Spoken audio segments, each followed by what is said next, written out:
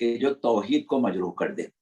لہذا صورت یہ ہے کہ پروردگار عالم نے ارشاد فرمایا کہ تبارک الذی بیدہ الملک وہو علی کل شیء قدیر. ایک آیت آپ کے سامنے رکھیں کہ اللہ جو ہے اس کا اقتدار کائنات پر ہے. اب اگر ہم اقتدار الہیہ کو سمجھ لیں تو یہ تمام چیزیں ہماری سمجھ میں آ جائیں گی، کیونکہ یہ موجز نمائی اور یہ مافوق الفطرت مظاہر جنہیں ہم مظاہر العجائب کہتے ہیں، یہ وہ چیزیں ہیں کہ جو ولایت سے اخذ ہوتی ہیں، اور ولایت کا منبع ذات پروردگار عالم ہے، ذات باری تعالی ہے. تو اللہ نے ارشاد فرمایا کہ هو اللہ الخالق الباری المصور له الاسماء الحسنى. وہ اللہ وہ ہے کہ جو خالق بھی ہے، باری بھی ہے، مصور بھی ہے، اور اسماء حسنہ جو ہیں وہ صرف اس کے لیے ہیں. اس کو آپ سامنے رکھیں. اور دوسری آیت جو بھی ہم نے پڑھی سورہ مبارک ملک کی پہلی آیت کہ تبارک الذی بیدہ الملک وہو علی کل شیء قدیر، یعنی پوری کائنات، پورا عالم موجودات جو ہے وہ دراصل اقتدار الہیہ ہے، مملکت پروردگار عالم ہے. تو اب ہمیں ایک مرتبہ یہ دیکھنا ہے اور اس بات کو سمجھانا ہے اپنے ناظرین کو، اپنے سامعین کو، کہ اللہ جب صاحب اقتدار ہے تو مخلوقات اور صاحب اقتدار کے درمیان رشتہ اور تعلق کیا ہے. اس رشتے اور تعلق کو سمجھانے کے لیے ہمیں کچھ مثالیں دینا پڑیں گی. اب مسئلہ یہ ہے کہ پروردگار عالم کی ذات وہ ہے کہ لیسا کمثلہ شیء، اس کی ذات وہ ذات ہے کہ جس کی مثال کوئی شے نہیں ہے. لیکن بہرحال ہم اپنی عقل کی حد تک سمجھانے کے لیے سب سے پہلی مثال ہم یہ لے رہے ہیں کہ ہم یہ سمجھیں کہ اقتدار الہیہ کیا ہے، مملکت پروردگار عالم اور مملوک پروردگار عالم کا رشتہ کیا ہے.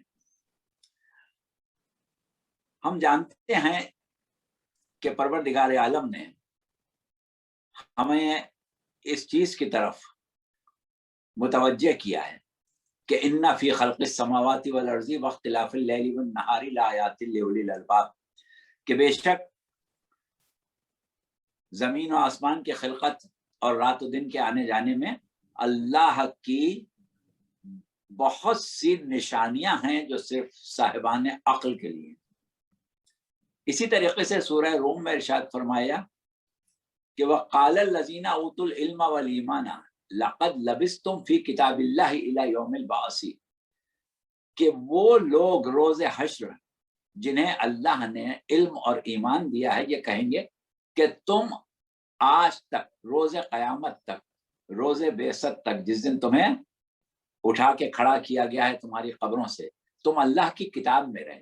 مملکت الہیہ ہے، اللہ کی کتاب ہے یہ عالم موجودات.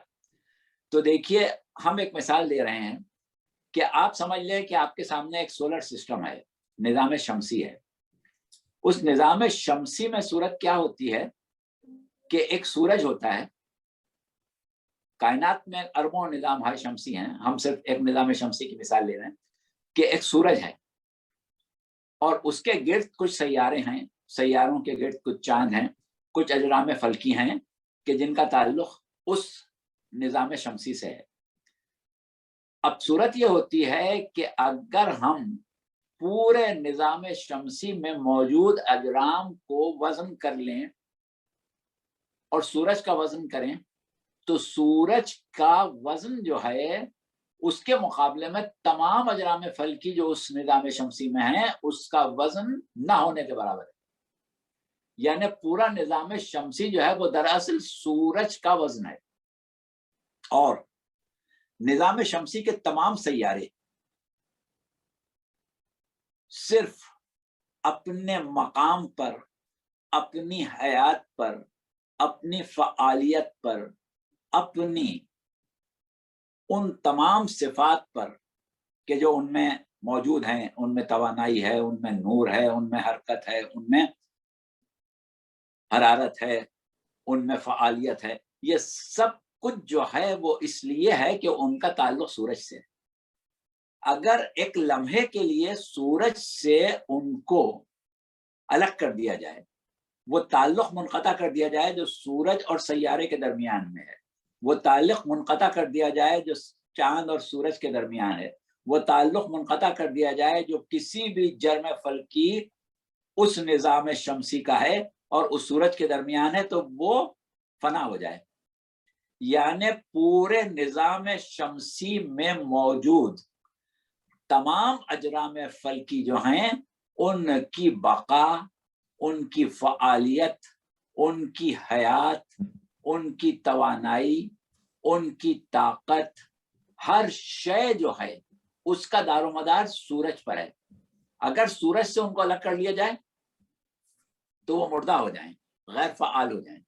تو جس طریقے سے اجرام فلکی اپنی حیات، اپنے بقا، اپنے فعالیت اور اپنی ہر صفت میں سورج کے محتاج ہیں، یا یہ سمجھے کہ سورج سے ان کی ہر صفت جو ہے، بلکہ ان کا وجود اور ان کا قیام جو ہے وہ سورج سے ہی مشروط ہے۔ بس یہی صورت پورے عالم موجودات کی ہے کہ اقتدار الہیہ اس طرح کائنات کے اوپر مسلط ہے کہ کوئی شے، کوئی وجود، چھوٹے سے چھوٹا، بڑے سے بڑا، ایسا نہیں ہے کہ جو خود قائم پذیر ہو۔ ہر شے اس لیے قائم ہے کہ اس کا تعلق اللہ سے ہے۔ اگر اللہ سے اس کے تعلق کو ایک لمحے کے لیے بھی منقطع کر دیا جائے تو اس کا وجود جو ہے وہ ختم ہو جائے گا۔ یعنی ہر شے کی بقا جو ہے وہ ذات باری تعالیٰ سے مشروط ہے، اس کے تعلق سے مشروط ہے، اور اللہ نے ہر شے میں یہ صلاحیت پیدا کی ہے اپنی ہر مخلوق میں کہ اس کے اندر ایک ملکہ قبولیت تجلیات صفات باری تعالیٰ اور اسماء باری تعالیٰ موجود ہے، جس کی وجہ سے وہ قائم ہے، جس کی وجہ سے وہ موجود ہے، جس کی وجہ سے وہ صاحب اختیار ہے۔ تو یہ ایک خاص فکر تھی جس کی طرف ہم آپ کو لائے۔ اب تھوڑا سا ہم اس کی وضاحت کریں گے۔ دیکھیے، ہم نے یہاں تک بات کی کہ پروردگار عالم کی ذات ایک ایسی اقتدار کی کیفیت میں ہے کہ کوئی مخلوق اس سے تعلق کے بغیر باقی نہیں رہ سکتی۔ اب یہ تعلق کیا ہے؟ پروردگار عالم نے ارشاد فرمایا، دیکھیے ہم کچھ آیتیں قرآن کی لیتے ہیں کہ جس میں جیسے سورہ رحمان میں کہا کہ ہر شے جو ہے کل من علیہ فان ویبقی وجہ ربک ذو الجلال والاکرام، ہر شے فانی ہے سوائے تیرے رب کے چہرے کے۔ اب رب کا چہرہ کیا ہے، اس کے اوپر تفصیل ہم آج ہمارے موضوع میں حصہ نہیں ہے، صرف آپ یہ سمجھ لیں ذات باری تعالیٰ۔ اچھا، اسی طریقے سے سورہ قصص میں بھی پروردگار عالم نے کہا ہے کہ کل شیء ہالک الا وجہہ، ہر شے ہلاک ہونے والی ہے سوائے اس کے وجہ کے، ہر شے فانی ہے سوائے ذات باری تعالیٰ کے۔ اس کا مطلب کیا ہے؟ اس کا مطلب یہ ہے کہ کوئی شے خود اپنے وجود میں قوت بقا نہیں رکھتی۔ یعنی جیسے آپ مثال لیں کہ برف ہے، برف کے اندر قوت بقا نہیں ہے، آہستہ آہستہ وہ فنا ہونے والی شے ہے۔ اگر ہم یہ چاہیں کہ برف فنا نہ ہو تو ہمیں کوئی خارجی انتظام کرنا پڑے گا جو برف کو فنا ہونے سے روکے. بس اسی طریقے سے ہر شے اپنے وجود میں فانی ہے، لیکن اس کا تعلق یا اس کا وہ ملکہ جس کے ذریعے وہ تجلیات اسماء باری تعالی، تجلیات صفات باری تعالی کو قبول کرتا ہے، اس کی وجہ سے وہ باقی ہے. اب جیسے ہم نے کہا اللہ لا الہ الا هو الحی القیوم، کوئی معبود نہیں ہے سوائے اللہ کے. کیوں؟ اس لیے کہ صرف وہی حی ہے اور وہی قیوم ہے. ہر صاحب حیات کی حیات دراصل اس لیے ہے کہ وہ حیات باری تعالی سے، ذات حی سے جو عین حیات ہے، تجلی حیات کو قبول کرتا ہے. اور جتنی تجلی حیات کو وہ قبول کرتا ہے اتنی زیادہ اس کے اندر شدت حیات ہوتی ہے. جتنے موجودات زندہ ہیں سب کی حیات ایک جیسی نہیں ہے، بلکہ ہر انسان کی حیات بھی ایک جیسی نہیں ہے. ہر انسان کی حیات کی شدت الگ ہے. کوئی 100% زندہ ہے، کوئی 40% زندہ ہے، کوئی 50% زندہ ہے، کوئی 80% زندہ ہے. سب برابر زندہ نہیں. ہر شخص نے، ہر وجود نے جتنی تجلی حیات باری تعالی کو جذب کیا ہے، قبول کیا ہے، اتنا زندہ ہے. اسی طریقے سے اللہ کی ذات قیوم ہے. قیوم یہ صیغہ مبالغہ ہے، بہت زیادہ قائم رکھنے والا. قیم سے مبالغہ قیوم. تو ذات باری تعالی قیوم ہے، اس لیے ہر شے قائم ہے. ہر شے جب ذات باری تعالی سے تجلی قیام وصول کرتی ہے تو وہ قائم ہے. اب اگر ایک لمحے کے لیے بھی اس سے یہ تعلق چھین لیا جائے تو فنا ہو جائے گی. ہر شے فانی ہے. کل شیء ہالک یا کل من علیہ فان کا مطلب یہی ہے کہ ہر شے اپنے وجود میں فانی ہے، لیکن وہ اس لیے باقی ہے کہ اللہ سے اس کا تعلق ہے، حی و قیوم سے اس کا تعلق ہے. ہر شے بے اختیار ہے، لیکن وہ اس لیے اختیار رکھتی ہے کہ قادر مطلق سے تجلی قدرت کو قبول کرتی ہے. تو اس اعتبار سے ہر شے، خواہ کوئی بھی وجود ہو، وہ اپنے وجود میں اپنی ذات میں بے نفس ہی بقا نہیں رکھتی. اس کی بقا، اس کی حیات، اس کا قیام، اس کے اختیارات، اس کی توانائیاں، اس کی طاقتیں، جو کچھ بھی ہیں وہ ذات باری تعالی سے ماخوذ ہیں. اب اس کی آپ چھوٹی سی مثال اس طرح سمجھیں کہ دیکھیے، ہم یہ کہتے ہیں کہ ہم زندہ ہیں. کیوں زندہ ہیں؟ ہمارا دل دھڑک رہا ہے، ہمارا خون گردش کر رہا ہے، ہمارے پھیپھڑے کام کر رہے ہیں، ہمارا نظام ہاضمہ کام کر رہا ہے، ہمارے نظام اعصاب کام کر رہے ہیں. اب اگر ہم آپ سے پوچھیں کہ کیا اس میں آپ کا ارادہ، آپ کی نیت شامل ہے؟ ہمارے ارادے سے ہمارا دل دھڑک رہا ہے، ہمارے ارادے سے ہمارا نظام ہاضمہ چل رہا ہے، ہمارے ارادے سے ہماری سانسیں چل رہی ہیں، ہمارے ارادے سے ہمارا نظام تنفس چل رہا ہے؟ بالکل نہیں چل رہا ہے. ہمیں خبر بھی نہیں ہوتی، ہم جاگ رہے ہوں یا سو رہے ہوں. ایک امر الہی ہے جس نے ہم کو تسلسل حیات بخشا ہوا ہے.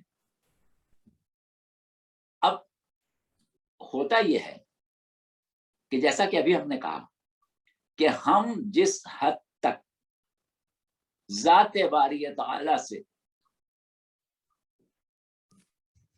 اپنے تعلق کا، کون سا تعلق؟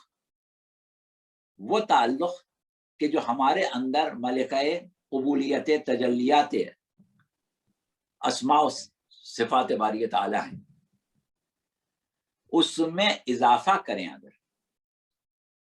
تو آہستہ آہستہ جتنا اضافہ ہوتا جائے گا اتنی ہمارے اندر وہ صفات پیدا ہوتی جائیں گی کہ جن صفات سے، جن اسماء سے ہم تجلیات کو اخذ کر رہے ہیں، ہم تجلیات کو قبول کر رہے ہیں. تو بس اسی طریقے سے جب بندہ اپنے مقام بندگی میں ایک سیر تکامل طے کرتا ہے اور منزل قربت بارگاہ پروردگار عالم کو طے کرتا ہے، تو اس کے اندر صفات اور تجلیات کی قبولیت کا ملکہ بڑھتا جاتا ہے، اور بڑھتے بڑھتے بڑھتے بڑھتے ایک مقام وہ آ جاتا ہے کہ پروردگار عالم اس کو اپنے اذن سے نوازتا ہے، اور نتیجہ یہ ہوتا ہے کہ اس کے اندر وہ اثر انگیزی کہ جو پروردگار عالم نے اس کو عطا کرنے کا ارادہ کیا ہے وہ اس کے اندر آ جاتی ہے. اب دیکھیے اس کی ہمیں کچھ مثالیں دینا پڑیں گی، یہ بات بغیر مثالوں کے سمجھ میں نہیں آئی. مثال کے طور پر پہلے انبیاء کی مثال لے لیں کیونکہ اس میں کسی کو اختلاف نہیں ہے.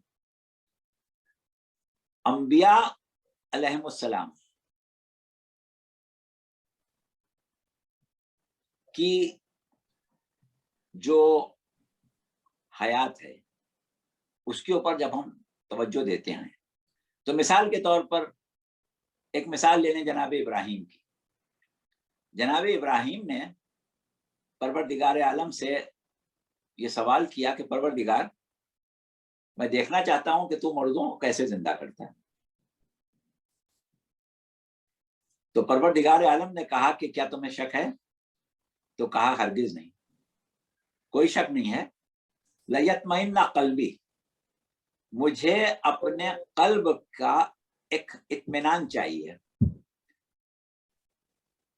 تو اللہ نے ان سے کہا کہ تم ایسا کرو کہ 4 پرندے لو، ان کو ذبح کرو، ان کے قیمہ بناؤ. بہت مشہور قصہ ہے پورا آپ کو، اور اس طریقے سے ان کو پہاڑوں کی چوٹیوں پر ان کا مخلوط قیمہ رکھ کے آ جاؤ، اور اس کے بعد تم ان کو آواز دو تو وہ زندہ ہوں گے اور دوڑ کے تمہارے پاس آئیں گے. کیا پروردگار عالم نے سے جب سوال یہ کیا تھا کہ میں یہ دیکھنا چاہتا ہوں کہ تو مردوں کو کیسے زندہ کرتا ہے، تو اللہ کو کہنا چاہیے تھا کہ یہ سب تم نے کام کر لیا، رکھ دیا، اب تماشا دیکھو میں کیسے زندہ کرتا ہوں، اب تم کھڑے ہو کے دیکھو میں ابھی زندہ کیے دیتا ہوں. ایسا نہیں ہوا. اللہ نے کہا ابراہیم تم آواز دو، تمہاری آواز دینے سے یہ زندہ ہوں گے. ابراہیم تو یہ دیکھنا چاہتے تھے کہ اللہ کیسے زندہ کرتا ہے. نہیں، مگر ابراہیم سے انہوں نے کہا تھا کہ تم کہو کہ باذن اللہ تم اٹھ جاؤ. ہاں، تو بات یہ ہے کہ اذن خدا، یہ مسئلہ ہے جس کو ابھی ہم نے چھیڑا تھا، اس پر بات کریں گے کہ اذن الہی لازم ہے. لیکن مسئلہ کیا تھا؟ دیکھیے، کیا ہم کو کبھی یہ شک ہوا کہ اللہ کیسے زندہ کرتا ہے، ہمیں اطمینان چاہیے؟ جناب ابراہیم کو کیسے اطمینان چاہیے تھا؟ بات یہ تھی کہ پروردگار عالم نے جناب ابراہیم سے یہ وعدہ کیا تھا کہ میں تمہیں مقام خلت دینے والا، مرتبہ خلت عطا کرنے والا ہوں. اور مرتبہ خلت باری تعالی یہ ہے کہ انسان کو اللہ اس قابل کر دے کہ وہ اگر مردے کو آواز دے تو مردہ زندہ ہو جائے. اب ان کو اطمینان حاصل کرنا تھا کہ میں مقام خلت پر پہنچ گیا ہوں یا نہیں. لہذا اللہ نے ان سے کہا کہ تم آواز دو. انہوں نے آواز دی، وہ زندہ ہو کے آ گئے. تو اللہ کے لیے یہ مشکل نہیں تھا کہ وہ کہتا کہ ٹھیک ہے دیکھو تماشا میں بھی زندہ کرتا ہوں، تم زندہ کرو گے، تمہارے پکارنے سے زندہ ہوں گے۔ یعنی یہ ایک مقام ہے جہاں پروردگار عالم اپنے بندوں کو ایک خاص اپنے تعلق کی وجہ سے اثر انگیزی عطا کرتا ہے، اور وہ اثر انگیزی ماخوذ ہوتی ہے پروردگار عالم کی قدرت سے۔ اسی طریقے سے جیسے جناب موسیٰ نے جب اپنی قوم کے بارے میں شکایت کی کہ ان کو پانی چاہیے، چشمے چاہیے، تو اللہ نے یہ نہیں کہا کہ اچھا ٹھیک ہے میں ابھی پہاڑ سے چشمے نکالے دیتا ہوں، کہا تم پتھر پر عصا مارو، تمہارے عصا مارنے سے 12 چشمے نکلیں گے۔ یعنی تم کو ہم نے یہ مقام عطا کیا ہے۔ مولانا یہ تو تمہارے کنفیوژن آپ کر رہے ہیں معجزات کرامات میں اور وسیلے میں۔ جی ہاں، پانی ابھی آئیے کا فراہم کرنے کے لیے موسیٰ کو وسیلہ بنایا اللہ میاں نے۔ ہاں بات تو سنیں آپ، بات یہ ہے کہ معجزہ کیا ہے۔ اب آپ نے یہ بات کہی کہ کرامات اور معجزات میں ایک قسم کا اشتباہ پیدا ہو رہا ہے، توحید سے ٹکراؤ ہے۔ جی ہاں سنیں، دیکھیے معجزہ جو ہے وہ اللہ کا فعل ہے، براہ راست اللہ کا فعل ہے، اور معجزہ اس وقت رونما ہوتا ہے جب ایک حجت خدا اپنے حجت خدا ہونے کا دعویٰ کرے، نبوت کا دعویٰ کرے، امامت کا دعویٰ کرے، ولایت کا دعویٰ کرے، تو جس کے سامنے وہ دعویٰ کر رہا ہے اس کو اللہ نے یہ حق دیا ہے کہ وہ اس سے دلیل طلب کرے کہ بھئی کیا دلیل ہے، اور جب وہ دلیل مانگے تو پروردگار عالم اس کے ہاتھ سے کوئی ایسا عمل انجام دلوائے کہ جو عام آدمی انجام نہیں دے سکتا ہو۔ اس اعتبار سے اللہ پر لازم ہے کہ وہ معجزے کو ظاہر کرے، لیکن سوال یہ ہے کہ کیا معجزے کا ظاہر ہونا اللہ کی ذمہ داری اپنی جگہ ہے، لیکن جس کے ہاتھ سے معجزہ ظاہر ہو رہا ہے اس کا مقام قرب، اس کی حیثیت بندگی، اس کی قبولیت تجلیات صفات و اسماء باری تعالی جو ہیں وہ اپنی جگہ ہونا لازمی ہے۔ ہر ایک کے لیے یہ ممکن نہیں ہے کہ اللہ اس کے لیے معجزہ دکھا دے، تو معجزے کا عمل اللہ کی طرف سے ہے، لیکن جو شخص جس کے لیے معجزہ ظاہر ہو رہا ہے اس کی اپنی حیثیت اپنی جگہ مسلم ہے۔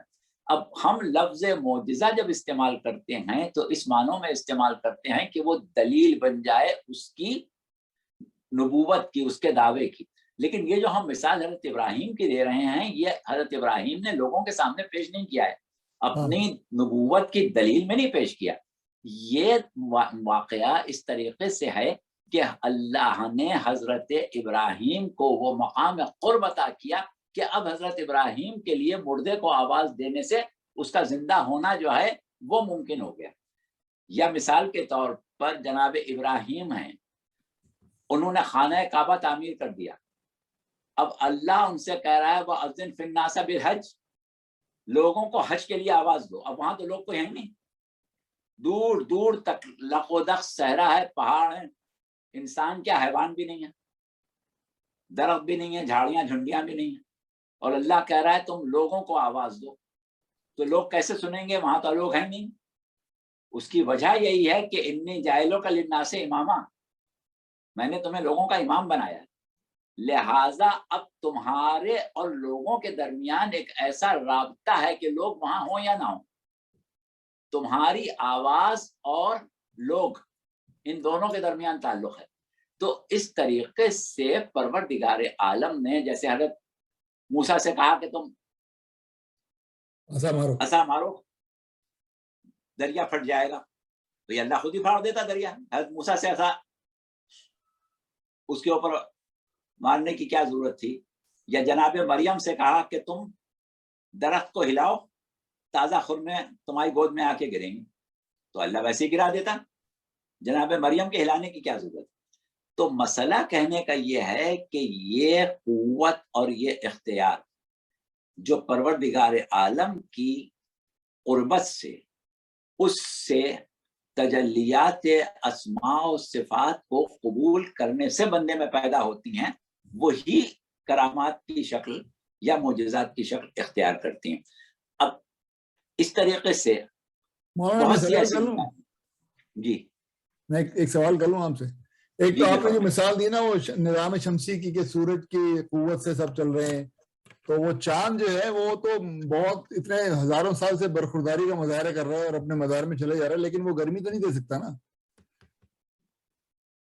گرمی نہیں دے سکتا، مسئلہ یہ نہیں ہے کہ سورج کی وجہ سے گرمی دے گا، چاند سورج کی وجہ سے روشنی تو دیتا ہے بہرحال، لیکن مسئلہ یہ کہ جس مقصد کے لیے جس مقام پر اس کو رہنا ہے وہ سورج کی وجہ سے ہے۔ اگر زمین سورج تو نہیں ہو گیا نا، وہ سورج تو نہیں ہو گیا نا، وہ سورج تو نہیں ہو گیا نا اس مقام پر رہنے سے، برخورداری دکھانے سے سورج تو نہیں ہو گیا، رہا تو چاند ہی وہ اللہ نے تو نہیں چاند، یہ ہاں چاند ہی رہے گا، یہ تو ہم نہیں کہہ رہے ہیں کہ بندہ اللہ ہو جائے گا، ہم یہ کہہ رہے ہیں کہ بندہ بندہ ہی رہے گا، لیکن اللہ سے جو اس نے فیض حاصل کیا ہے اس فیض کی تجلی اس سے ظاہر ہوگی۔ جیسے چاند نے سورج سے نور حاصل کیا ہے تو چاند سے روشنی ہمیں محسوس ہوتی ہے، ہمیں چاند سے روشنی نظر آتی ہے کہ چاند جو ہے وہ چاندنی پھیلا رہا ہے، تو کیوں پھیلا رہا ہے؟ وہ خود صاحب نور نہیں ہے، اس نے نور عکس کیا ہے سورج سے۔ اچھا ایک سوال میں اور دوسرے اینگل سے آپ سے ایک سوال کر لوں جی۔ 4 دوست اکٹھے ہوئے اور انہوں نے کہا چلو آؤ حضرت علی کا وہ لیتے ہیں ذرا امتحان آج، اور ایک کو انہوں نے لٹا دیا جنازے کے اس میں اور لے آئے کہ جی اس کی نماز جنازہ پڑھا دیں۔ سنا ہے نا آپ نے قصہ؟ وہ حضرت علی کے پاس 4 لوگ اکٹھے ہوئے اور لے آئے اس کو، اور حضرت علی نے 3 دفعہ پوچھا کہ میں پڑھا دوں نماز؟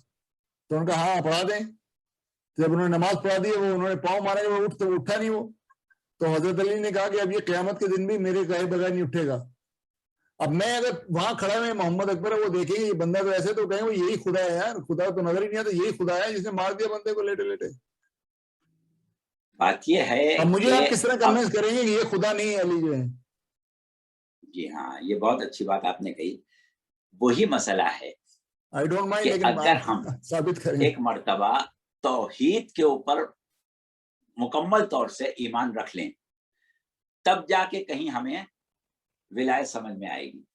یعنی ہر اعتبار سے جب ہم نے یہ طے کر لیا کہ اثر انگیزی جو ہے وہ سوائے ذات باری تعالیٰ کے کہیں نہیں ہے، اب اگر کہیں اثر انگیزی نظر آ رہی ہے تو ضرور اس کا تعلق اللہ سے کہیں نہ کہیں سے ہے، یا اللہ سے کوئی خصوصی تعلق ہے جس کی وجہ سے اثر انگیزی نظر آ رہی ہے۔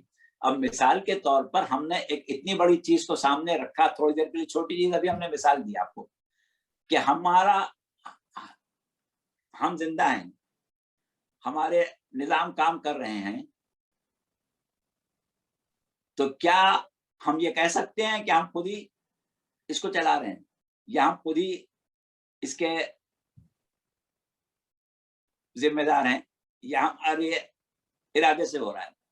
نہیں کہہ سکتے۔ تو جس طریقے سے ہم اس چھوٹے سے تعلق کے ذریعے سے پیدا ہونے والی جو صورتحال ہے اس کو اپنی طرف منسوب نہیں کر سکتے، اسی طریقے سے دوسرے امور جو قدرت باری تعالیٰ سے وجود میں آئیں ان کو بھی اس کی طرف منسوب اس اعتبار سے کریں گے کہ یہ اللہ کا برگزیدہ بندہ ہے۔ یہ جب کوئی نبی معجزہ دکھاتا ہے تو یہ تو اس سے ثابت نہیں ہوتا کہ یہ خدا ہے، اس سے ثابت یہ ہوتا ہے کہ یہ من جانب اللہ ہے، یعنی اللہ کی طرف سے منسوب ہے، اللہ کی طرف سے منسوس ہے۔ تو اسی طریقے سے کسی سے بھی کوئی کرامت یا کوئی معجزہ ظاہر ہوتا ہے تو وہ اس بات کا ثبوت بن جاتا ہے کہ اس کا اللہ سے کوئی ایسا تعلق ہے جو عام لوگوں کا نہیں ہوتا۔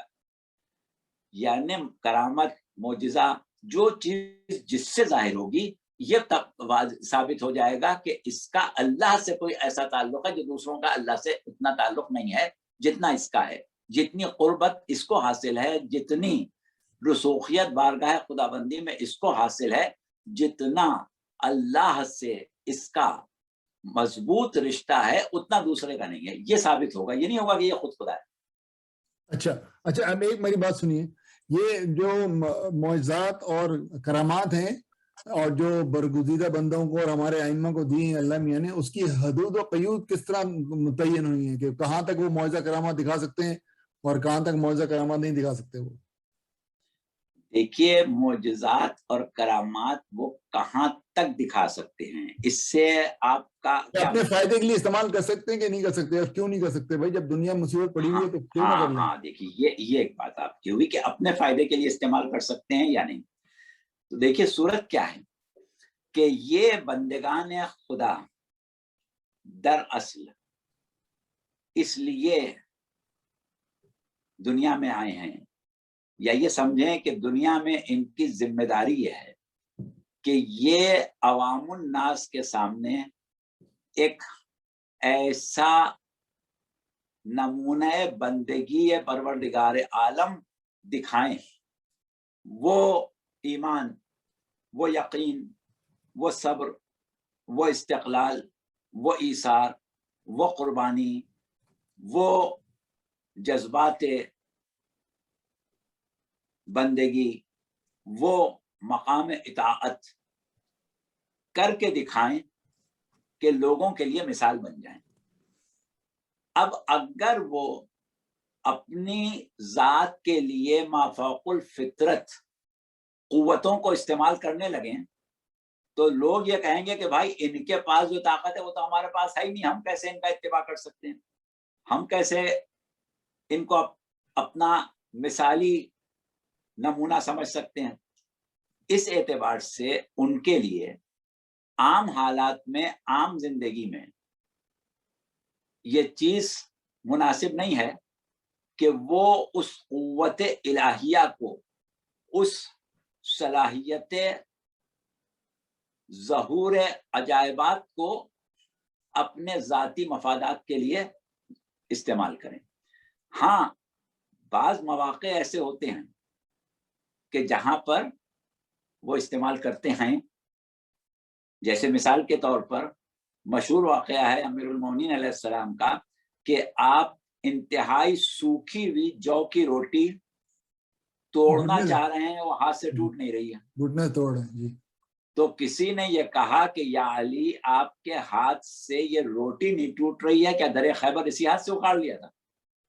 تو آپ نے اس کے جواب میں یہ کہا تھا کہ در خیبر قوت الہیہ سے اکھاڑا تھا, یعنی قوت الہیہ اللہ نے عطا کی ہے, مگر وہ جانتا ہے کہ اس قوت الہیہ کو ہمیں کہاں استعمال کرنا ہے اور کہاں استعمال نہیں کرنا ہے.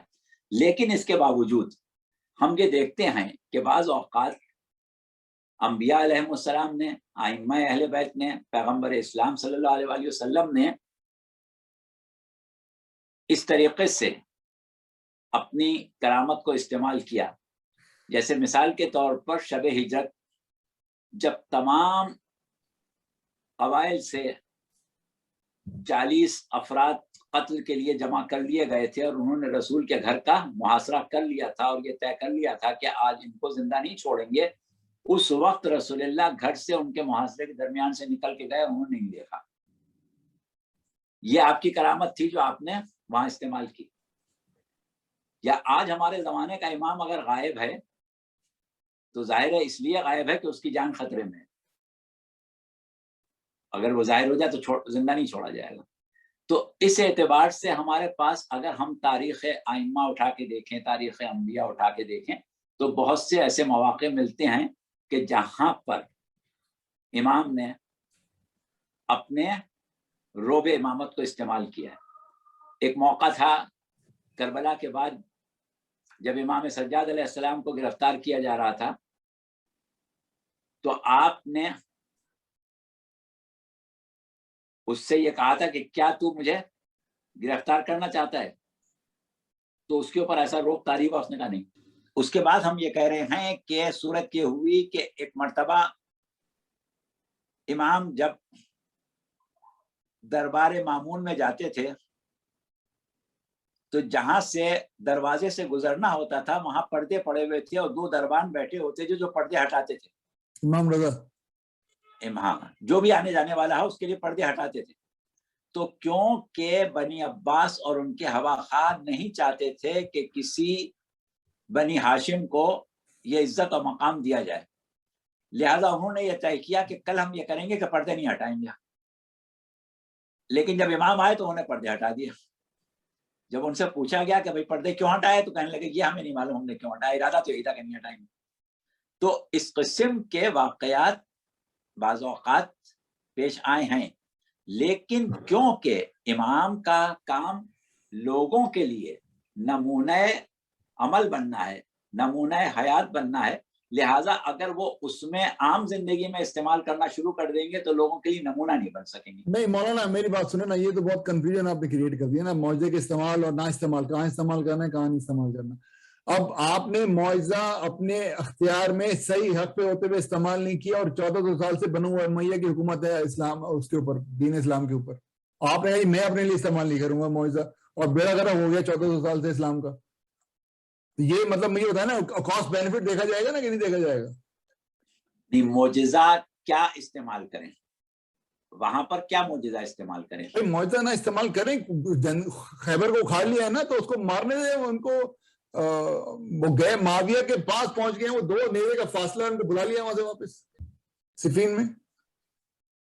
یہ وہ امور ہوتے ہیں کہ جس میں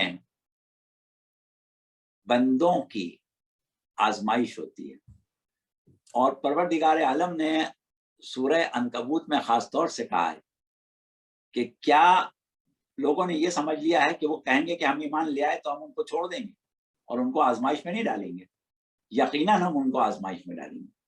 تو آزمائش میں ڈالا جانا یہ مصلحت پروردگار عالم ہوتی ہے، اور ان ہستیوں کا جہاں تک تعلق ہے وَمَا تَشَاءُونَ إِلَّا أَن يَشَاءَ اللہ کی منزل پر ہوتے ہیں. ان کے لیے یہ ممکن نہیں ہے کہ وہ کوئی ایسا فیصلہ کریں جو پروردگار عالم کا فیصلہ نہ ہو. جو اللہ کا فیصلہ ہوتا ہے وہی ان کا فیصلہ ہوتا ہے.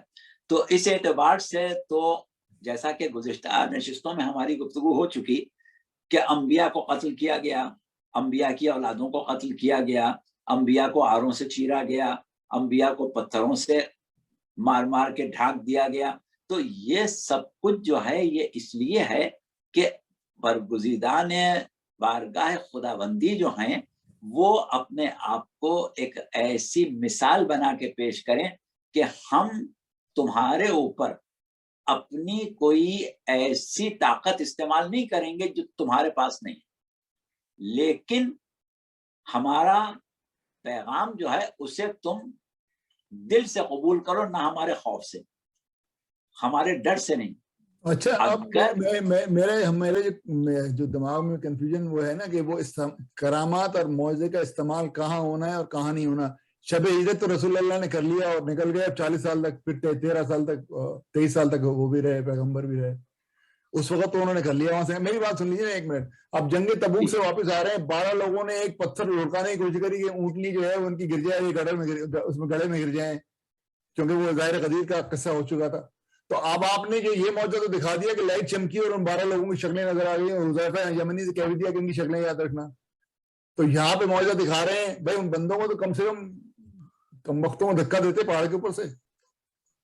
ہاں، وہاں پر مسئلہ یہ تھا کہ لوگوں نے یہ کہا تھا کہ یا رسول اللہ کیا ہم ان افراد کو گرفتار کر کے لے آئیں؟ اور ظاہر ہے کہ اقدام قتل کے بعد ان کے اوپر فرد جرم عائد ہو سکتی تھی، لیکن آپ نے کہا کہ نہیں، ان کو چھوڑ دو.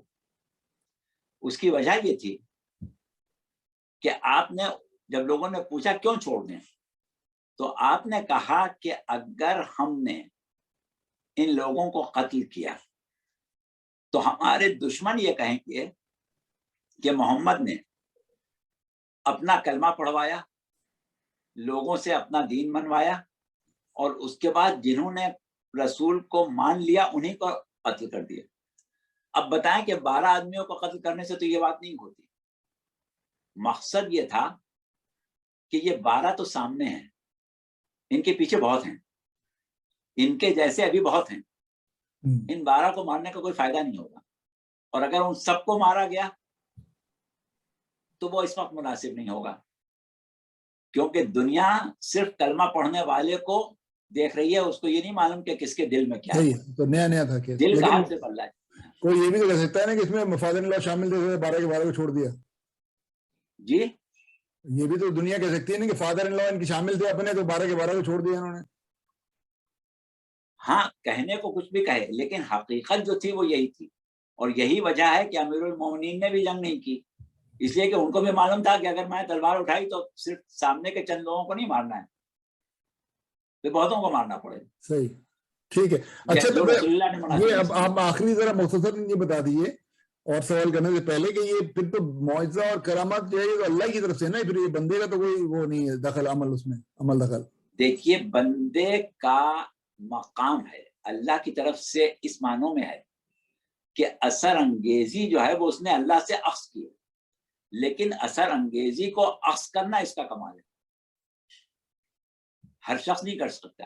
جو شخص اس مقام قرب تک پہنچ جائے گا وہ اتنی اثر انگیزی کو قبول کر سکے گا، جو نہیں پہنچے گا وہ نہیں کر سکے گا. اب جناب عیسیٰ ہیں جن کے بارے میں اللہ کہہ رہا ہے کہ بھائی وہ مبوس کو شفا بھی دے دیتے تھے، پیدائشی اندھے کو بینائی بھی دے دیتے تھے، مردے کو زندہ بھی کر دیتے تھے. تو اب مردے کو زندہ کرنا ظاہر ہے کہ یہ اللہ کے اذن سے ہے، لیکن ان کے اندر یہ قوت آئی کہاں سے؟ یہ ان کا جذبہ بندگی ہے، یہ ان کا مقام قرب ہے. تو اللہ کا اور بندے کا دونوں کا مشترکہ عمل ہے. صحیح. اچھا اب یہ تو پھر یہ ہوگا نا بھائی انسان کامل جو ہے وہ اللہ کے معجزے کرامات دکھا سکتا ہے، تو یہ کوئی خوبصورت اصطلاحی ہے یا کوئی انسان کامل سچ مچ کوئی چیز ہوتی بھی ہے کوئی بندہ؟ ہاں دیکھیے بات یہ ہے کہ انسان کامل کا لفظ جو آپ نے استعمال کیا یہ کیونکہ آج کل عام ہے، ہر شخص استعمال کرتا ہے اور اس کو مختلف انداز پر استعمال کیا جاتا ہے، لہٰذا ہم بھی اسی لفظ سے فائدہ اٹھائیں گے. ورنہ قرآن میں حدیث میں انسان کے کمال کا ذکر ہے، مومن کامل کا ذکر ہے. حدیث میں یہ ملتا ہے کہ انسان اگر اپنی عقل کو غالب کر لے غضب و خواہشات پر تو ملائکہ سے افضل ہو جائے گا. انسان کے لیے عظمت کا، اس کی بلندی کا، اس کے درجات کا، اس کے مقام تقرب کا تذکرہ ملتا ہے، لیکن لفظ انسان کامل جو ہے اس کے لیے لوگ یہ کہتے ہیں کہ 7ویں ہجری میں سب سے پہلے یہ لفظ استعمال کیا محی الدین عربی نے، اور انہوں نے وہاں پر لفظ انسان کامل جو استعمال کیا تھا وہ تصوف کے اعتبار سے استعمال کیا تھا. تو اب جب ہم لفظ انسان کامل استعمال کرتے ہیں تو جب ایک فلسفی کہتا ہے انسان کامل تو اس کا مطلب یہ ہوتا ہے کہ وہ انسان جس کی فکر جو ہے وہ اپنی رسائی میں کامل ہو جائے، وہ انسان کامل ہے. ایک صوفی کہتا ہے انسان کامل تو اس کا مطلب یہ ہوتا ہے کہ جب انسان اپنی ارتقائی منازل کو طے کرتے کرتے اس مقام تک پہنچ جائے کہ وہ جذب اور عشق الہیہ میں کمال حاصل کر لے تو وہ کامل ہو گیا. اگر سائنسدان سے آپ کہیں تو وہ کہے گا ایک سپر مین ہے جو اس کے تصور میں ہے، وہ انسان کامل ہے. لیکن سوال یہ کہ دین کے اعتبار سے انسان کامل کون ہے؟ دین کے اعتبار سے انسان کامل وہ ہے کہ جس نے تقاضا ہائے بندگی پروردگار عالم کو مکمل طور سے پورا کر دیا اور اس مقام بندگی تک پہنچ گیا کہ اس تقرب کے نتیجے میں اپنی ذات میں اس نے اس ارتقاء کو حاصل کر دیا کہ جو مقام ہدف ارتقاء انسانیت ہے. پروردگار عالم نے انسان کو اس طرح خلق کیا ہے کہ اس کے اندر ایک مخفی صلاحیت ارتقاء رکھی ہے بالقوہ، اور جب انسان منازل تقرب طے کرتا ہے تو در اصل اپنے وجود میں ارتقا پیدا کرتا ہے، اس کا وجود کمال کی طرف سفر کرتا ہے، اور اس سفر کمال کا نتیجہ یہ ہوتا ہے کہ ذات باری تعالی جو کمال مطلق ہے، جتنا جتنا وہ اپنی ذات میں کمال پیدا کرتا ہے، اپنے وجود میں ارتقا پیدا کرتا ہے، اتنا اتنا مقام تقرب حاصل کرتا جاتا ہے، یہاں تک کہ ایک ہدف اللہ نے رکھا ہے جس کے لیے پیغمبر اسلام نے فرمایا کہ انما بعثت لاتم مکارم الاخلاق، یا فرمایا کہ کوئی نبی اور کوئی رسول مبعوث نہیں ہوتا مگر تکمیل عقل کے لیے۔ تو عقل کی تکمیل کا آخری مرحلہ جہاں تک اللہ انسان کو پہنچانا چاہتا ہے، جب انسان وہاں تک پہنچ جائے تو گویا وہ انسان کامل ہو گیا۔ لیکن مسئلہ یہ ہوتا ہے کہ ناقص کو کامل بنانے کے لیے کسی کامل کے سہارے کی، کامل کی مدد کی، کامل کی رہنمائی کی ضرورت ہوتی ہے۔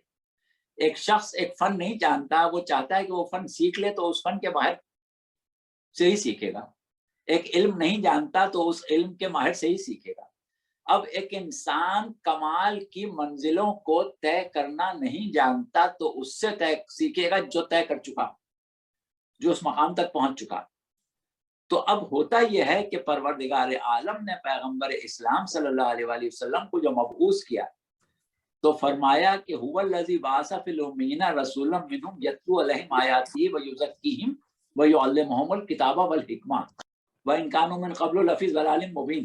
اس سے پہلے یہ کھلی ہوئی گمراہی میں تھے، اس گمراہی سے نکال کے کتاب و حکمت کا علم عطا کرنے تک ایک ایسے کامل کی ضرورت تھی، کیا یہ کہیں کہ ایسے اکمل کی ضرورت تھی جو کامل بنائے۔ جیسے ہم ایک طالب علم کو اگر میٹرک پاس کروانا چاہیں تو میٹرک پاس استاد نہیں ڈھونڈتے، بلکہ ایسا استاد ڈھونڈتے ہیں کہ جس نے گریجویشن بھی کیا ہو، جس نے ماسٹر بھی کیا، ایجوکیشن کی تعلیم بھی لی ہو، یا اگر ہم کسی کو گریجویشن کرانا چاہیں تو خالی گریجویٹ نہیں ڈھونڈتے بلکہ اس سے اعلیٰ درجے کا آدمی ڈھونڈتے ہیں۔ تو بس انسانوں کو اس ہدف کمال تک پہنچانے کے لیے جس کے لیے اللہ نے انسان کو پیدا کیا ہے، ایسے اکمل چاہیے تھے کہ جو انہیں کامل بنا سکیں۔ تو یہ ہستیاں جو ہیں ان کو اللہ نے وہ مقام قرب عطا کیا ہے، یا یہ کہیں کہ انہوں نے وہ مقام قرب حاصل کیا ہے۔ یہ ایک الگ مسئلہ ہے کہ پروردگار عالم ان کو منتخب کرتا ہے، ان کو مصطفیٰ کرتا ہے جنہوں نے اپنے اندر صلاحیت استفائیت پیدا کی۔ جیسے پیغمبر اسلام صلی اللہ علیہ وآلہ وسلم کو ہم رسالت کی گواہی دینے سے پہلے بندگی کی گواہی دیتے ہیں، محمدن عبدہ و رسولہ، محمد اللہ کے بندے اور رسول ہیں۔ رسول بعد میں ہیں، پہلے بندے ہیں، یعنی مقام بندگی میں اتنے اعلیٰ ہیں کہ رسالت حاصل ہوتا ہے۔ اچھا جی خواتین حضرات، آپ کے پاس کسی کے پاس سوال ہے؟ معجزات کرامات کے بارے میں نے کافی کنٹروورسی اچھالی ہے، اگر آپ کے پاس سوال ہے کوئی تو آپ ضرور کر لیں، اس کے علاوہ بھی اگر کوئی سوال ہے تو وہ بھی کر لیں۔ اچھا مولانا، اب یہ جو ہے نا یہ جو کرامہ، آپ اپنا ہاتھ بلند کریے اگر آپ کو سوال کرنا ہے، تو میں صرف آپ کے سوال کے انتظار میں گفتگو کر رہا ہوں مولانا سے۔ مولانا یہ جو ہے نا، جو میں نے آپ کو جنگ تبوک سے واپسی قصے کی طرف ریفر کیا میں نے، تو یہ بھی کہا جاتا ہے کہ جی 12 اٹیمپٹ ہوئی رسول اللہ کی زندگی پہ غدیر کے بعد، تو یہ کیا ایسا ہی ہے یا یہ شیعوں کی بڑھا چڑھا کے؟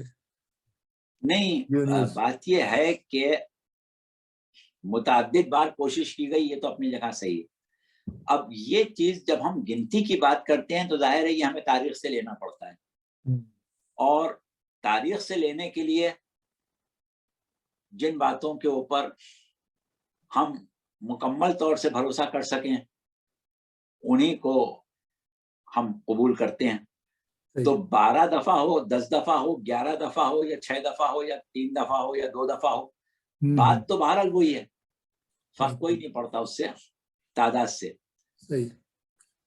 اچھا ایک اور جو یہ معجزات کرامات کے حوالے سے میرے دماغ میں سوال آیا کہ جب رسول جب بالکل بگننگ آف دا اسلام تھا، جب لوگ چھپ کے نماز پڑھتے تھے اور اسی وجہ سے ظہر اثر کی نماز خاموشی سے اور مغرب کی ایک رکعت خاموشی سے اور عشاء کی، تو وہ جو لوگ مرے ہیں ان کو تو بیچاروں کا کہیں نام بھی نہیں آتا، تو وہ اس وقت تو کچھ معجزہ کرامت دکھا کے ان کو تو بچایا جا سکتا تھا. کچھ لوگوں کو کسی طرح سے ان کی اذیت ناک جو موت ان کی ہوئی ہے یا شہادت جو ہوئی ہے ان لوگوں کی شروع کے اسلام کے لوگوں کی جن کے نام بھی نہیں آتے کہیں. شروع کے اسلام میں جو مکے میں نام سب سے زیادہ ملتا ہے جناب عمار یاسر، ان کے والدین وغیرہ کا ملتا ہے، خاص طور سے ان کی والدہ کو، یا ان کے زمانے میں بعض لوگوں نے جب اسلام قبول کیا تھا ابتدا میں تو ان کو بہت سختی اور بہت ہی پریشانی سے گزرنا پڑتا تھا. تو اس وقت حکم پروردگار عالم یہی تھا کہ ابھی جو بھی ظلم کیا جا رہا ہے وہ برداشت کر لو، ابھی مزاحمت نہ کرو، مقابلہ نہ کرو. اب یہ پروردگار عالم کی مصلحت کیوں تھی، اس کے اوپر بہت گفتگو ہو سکتی ہے، بہت سی وجوہات ہو سکتی ہیں. کیونکہ عرب جو تھے وہ فطرتاً لڑنے بھڑنے والی قوم تھی، برسہ برس آپس میں قبیلے لڑتے رہتے تھے، چھوٹی چھوٹی سی باتوں پر صدیوں لڑائیاں چلتی تھیں، پشتہ پشت چلتی تھیں. ایک گھاٹ سے دوسرے کے اونٹ نے پانی پی لیا تو اس پر لڑائیاں شروع ہوتی تھیں، تو وہ نسلوں تک چلتی تھیں. اب اس قوم کو ایک مرتبہ سدھارنے کے لیے کچھ ایسی حکمت عملی کی ضرورت تھی کہ ان کی ذہنیت تبدیل ہو، ان کے خیالات تبدیل ہوں. تو اب اگر اسی طریقے سے اس وقت معجزے سے ہی ان کے کچھ آدمی مار دیے جاتے تو بات جو تھی وہ کہیں اور چلی جاتی. نہیں میں تو کہہ رہا تھا کہ جو اذیت ہوئی لوگوں کو، جیسے بلال حبشی تھے اور وہ جو جو رسول لوگوں اللہ کو کے ان کے جو اذیت پیرنٹس تھے، ہوئی اس کا اجر پروردگار عالم کے پاس محفوظ ہے، بلکہ اب تو اللہ نے ان کو دے بھی دیا دنیاوی حد تک، عالم برزخ میں اور پھر عالم آخرت میں ان کو بہت زیادہ اجر ملے گا. یہ ان کی قربانیاں ہیں جو پروردگار عالم جس کا اجر یقیناً عطا کر رہا ہے اور آئندہ بھی عطا کرے گا. لیکن اس وقت فضا میں کسی قسم کا تنازع پیدا کرنا یا مقابلے پر کھڑا ہونا جو تھا وہ مقصد سے ٹکرا رہا تھا. صحیح ہے.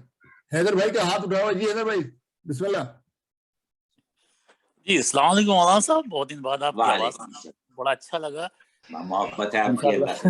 انشاءاللہ نہیں، ہر بار کچھ نہ کچھ نیا نہ صرف سننے کو ملتا ہے بلکہ ایک کھل کے کچھ بحث کہیں یا اپنے ایٹ لیسٹ جو بھی دل میں آتا ہے وہ ہم لوگ کہہ پانے کی ہمت کر پاتے ہیں. اور آپ ماشاءاللہ اس کو اچھی طرح سے بجائے اس کے کہ اسے نگیٹو لیں اس کو جواب دینے کی کوشش کرتے ہیں، اور کافی کچھ وہ مطلب اطمینان بخش جوابات بھی ہوتے ہیں. تو بہرحال تو اگر جب ہم لوگ شروع میں دوسرے تیسرے سیشن میں ہم لوگ بات کر رہے تھے روح اور جسم کی، تو اس دوران میں نے بھی ایک آدھ اٹپٹے سوال کیے تھے جس میں کہ مجھے لگا کہ وہ شاید مناسب نہیں تھے، لیکن وہ اب پھر اسی کو کنٹینیوشن اس لیے کر رہا ہوں کہ ابھی کچھ دن پہلے ہم سبوں نے پڑھا ہوگا تھا کہ ایک انسان کا دل خراب ہو گیا تو اس میں سور کا دل لگا دیا گیا، وہ بہتر چل رہا ہے. تو کیا مسلمان کو ساتھ اس طرح کی سرجری کی جا سکتی ہے اس کی جان بچانے کے لیے؟ یہ ایک فقہی مسئلہ ہے اور اس کا جواب بالکل صحیح تو فقہا ہی دے سکتے ہیں. لیکن جہاں تک اس بات کا تعلق ہے کہ پروردگار عالم نے انسان سے کہا ہے کہ یا بنی آدم خلقت الاشیاء لاجلک وخلقتک لاجلی، اے بنی آدم ہم نے تجھ کو اپنے لیے خلق کیا اور باقی ہر شے تیرے لیے خلق کی. تمام اشیاء جو اللہ نے خلق کی ہیں ان سب کو پروردگار عالم نے ایک خاص جبلت عطا کی ہے، کچھ خاص صفات عطا کی ہیں، کچھ خاص ان کے اندر ایسی باتیں رکھی ہیں کہ جو انسان کے لیے نصیحت آموز بھی ہیں، سبق آموز بھی ہیں اور مفید بھی ہیں. ہر شے کا وجود انسان کے لیے کسی نہ کسی اعتبار سے فائدہ مند رکھا ہے، اور ہر وجود کی ہدایت کو مقدمہ بنایا ہے انسان کی ہدایت کا. کہ کتنی چیزیں ایسی ہیں کہ جن کو دیکھ کے ہم ہدایت حاصل کرتے ہیں، کہ ہم صرف شہد کی مکھی کو دیکھ لیں، ہم صرف چونٹیوں کے معاشرے کو دیکھ لیں، ہم صرف پرندوں کے سفر کو دیکھ لیں، ہم صرف مچھلیوں کی زندگی کو دیکھ لیں تو ہمیں پروردگار عالم کی قدرت نظر آتی ہے۔ تو اس طریقے سے ہر شے انسان کے لیے ہے، جہاں انسان اس سے فائدہ اٹھا سکے اس کو اٹھانے میں کوئی حرج نہیں۔ البتہ اب یہ خاص مسئلہ کہ آیا انسان کی اس قسم کی سرجری کہ جس میں جانور کے اعضاء و جوارح کو انسان کے استعمال کے قابل بنایا جائے اور اس کے بعد اس سے انسان کو فائدہ پہنچایا جائے، یہ شرعاً جائز ہے یا جائز نہیں ہے؟ یہ بہرحال اپنی جگہ ایک فقہی سوال ہے اور اس کا جواب ایک مجتہد ہی دے سکتا ہے۔ ہم یہاں تک کہہ سکتے ہیں کہ انسان کو اللہ نے اتنا عظیم مقام عطا کیا ہے کہ تمام چیزیں انسان کے لیے بنائی ہیں، ہر شے میں انسان کے لیے فائدے رکھے ہیں، تو ہو سکتا ہے کہ یہ فائدہ اٹھانے میں کوئی حرج نہ ہو۔ اچھا جی، اب ندیم قادری بھائی کا سوال ہے، پہلے ندیم بھائی کا ہاتھ اٹھائے جی سر، بسم اللہ۔ یہ میری آواز آ رہی ہے مولانا صاحب؟ جی آ رہی ہے۔ جی ہاں بالکل آ رہی ہے۔ اچھا، السلام علیکم۔ وعلیکم السلام۔ اللہ آپ کو صحت تندرستی دے۔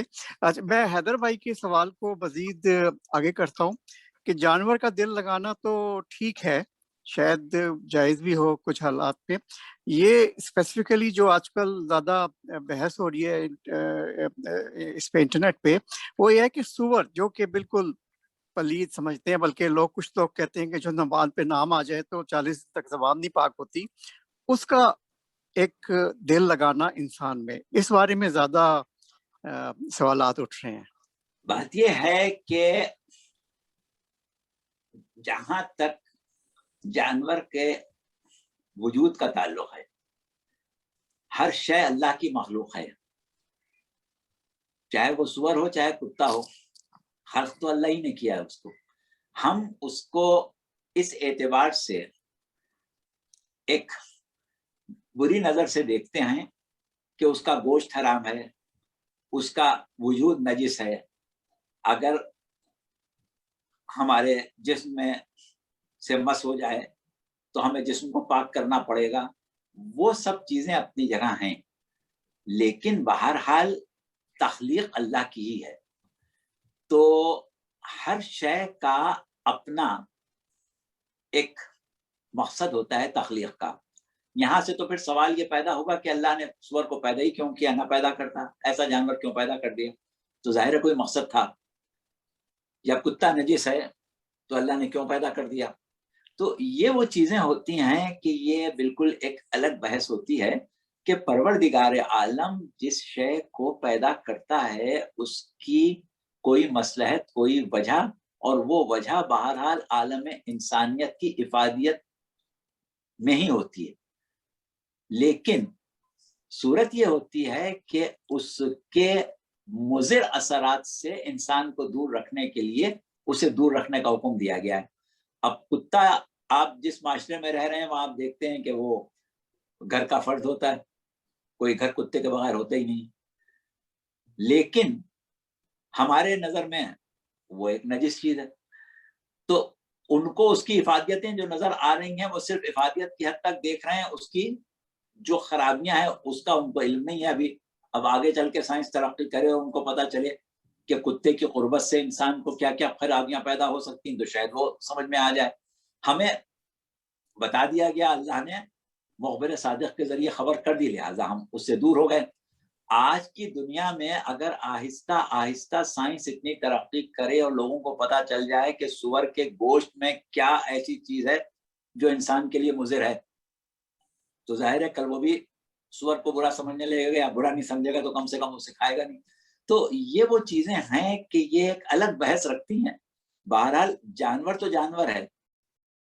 اب ڈاکٹر نے سور کا کیوں انتخاب کیا؟ ہو سکتا ہے کہ سب سے سستا سور ملتا ہو سکتا ہے کہ سور کے دل کو انسانی جسم میں قبولیت کے قابل بنانا اس کے لیے آسان ہو، اور اس کی سمجھ میں نہ آیا ہو، اس نے بیل کا دل نہیں نکالا، اس نے گدھے کا دل نہیں نکالا، اس نے اور کسی جانور کا دل نہیں نکالا، تو اس کی کوئی وجہ ہوگی۔ لیکن ہم اگر یہ کہیں کہ بہرحال کیونکہ سور تھا لہذا نہیں ہونا چاہیے تھا، تو یہ بات میرے خیال میں اس وجہ سے ہے کہ ہم نفسیاتی طور پر ہم سور سے بہت زیادہ متنفر ہیں. حالانکہ حرکتیں ہونا بھی چاہیے. حرکتیں حالانکہ ویسی ہیں، لیکن اچھا ایک جملہ میں ایڈ کر دوں مولانا اس کے اندر کہ انسانی زندگی سے یہ سب، انسانی زندگی ان تمام چیزوں سے ابو ہے کہ جی میں 40 دن تک نام زبان جو ہے میری پاک نہیں ہوئی، انسان کی زندگی بچ گئی نا اس سے. انسان کی زندگی بچانا تو سب سے اعلیٰ و افضل ہے نا، وہ چاہے سور، جس طرح ہم نے کہا چاہے سور کا دل ہو یا کسی کا بھی دل ہو. خیر چلے ندیم بھائی کا ایک اور سوال ہے، آپ کا ہاتھ اٹھا ہوا ندیم بھائی. ہاں جی میرا سوال واپس امامت کی ڈسکشن کی طرف آتے ہیں آپ. جی تو میرے خیال میں اس پچھلے پروگرام میں یا اس سے پچھلے میں مولانا صاحب نے امام کے لفظ پر کچھ تھوڑی سی بحث کی تھی کہ اس کے معنی پہ کہ شیعہ کیا کہتے ہیں اور اہل سنت. تو ایک سادہ سا سوال ہے کہ پاکستان میں خاص طور پہ جو دیکھا کرتے تھے ٹی وی پہ محرم کے پروگرام آتے تھے کہ کچھ اہل سنت علماء خاص طور پہ جو وہابی ٹائپ ہوتے تھے وہ امام حسین کے ساتھ امام کا لفظ لگاتے ہوئے بہت ہچکچاتے ہیں. حضرت حسین، حضرت حسن بہت کامن تھا. آج کل تو خاصا مولا علی بھی کہتے ہیں اور کافی امام حسین سبھی لوگ کہتے ہیں، لیکن کچھ علماء ابھی بھی ہیں جو کہ امام کا لفظ امام حسین کے ساتھ نہیں لگاتے. اس سلسلے میں ان کا کیا وجہ ہے، کیا ہو سکتی ہے اس بات کی؟ اس کی وجہ یہ ہے کہ پیغمبر اسلام صلی اللہ علیہ وآلہ وسلم نے اہل بیت کو اور خاص طور سے امیر المومنین جناب سیدہ سلام اللہ علیہ اور امام حسن امام حسین جو ان کے زمانے میں موجود تھے، ان کو ایک خاص مقام امت میں دیا تھا. ان کی مودت کو اپنی رسالت کے صحیح کا اجر قرار دیا تھا. ان کو اولو الامر قرار دیا تھا. ان کے لیے لفظ امام استعمال کیا تھا. ان کے لیے پوری حدیث ثقلین کہ تم لوگ اگر ان سے تمسک رکھو گے تو کبھی گمراہ نہیں ہوگے، یہاں تک کہ حوض کوثر پر میرے پاس آ جاؤ. لیکن بعد رسول ضرورت اس بات کی پیش آئی کہ ان کو اس مقام پر نہ رکھا جائے بلکہ امت کے عام لوگوں میں داخل کر دیا جائے، بلکہ عام لوگوں سے بھی نیچے کر دیا جائے. تو اب جب تک وہ قوتیں اور وہ افراد کے جو اس مطمع نظر کو زندہ رکھنا چاہتی ہیں وہ موجود ہیں، ان کی کوشش یہی ہوتی ہے کہ نہ علیہ السلام کا لفظ استعمال کریں، نہ امام کا لفظ استعمال کریں، کیونکہ امام کا مطلب یہ ہوگا کہ ہم نے ان کو اپنا پیشوا مان لیا. جب ان کو پیشوا مان لیا تو جن کو ہم ماننا چاہتے تھے وہ کہاں جائیں گے؟